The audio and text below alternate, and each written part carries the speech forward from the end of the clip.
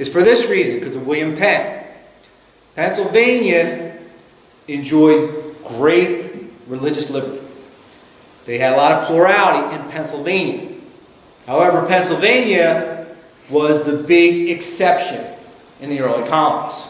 It was the only colony, the only state that actually had religious liberty.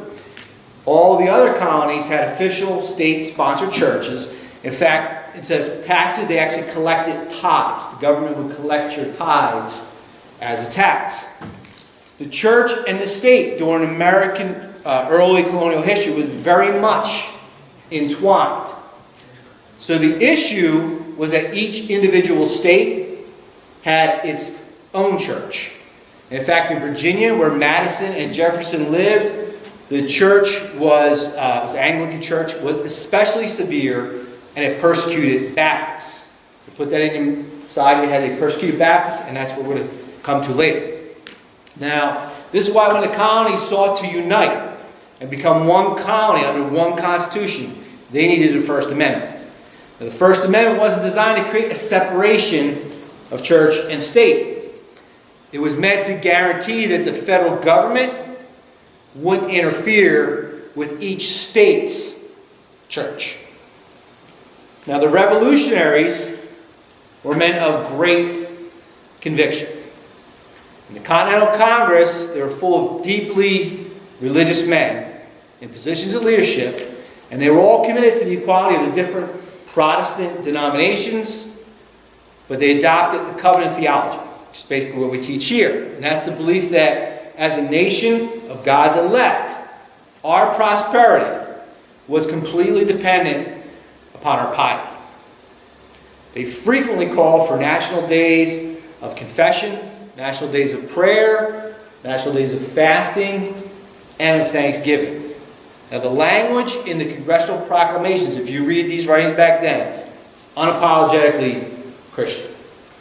Now, while the phrase manifest destiny wasn't coined yet, it's very clear when you look at their writings, these guys all believed that America was fulfilling the Great Commission of spreading the gospel to the whole world, and being that light on a hill, to be this example to the whole world of what a Christian nation could be.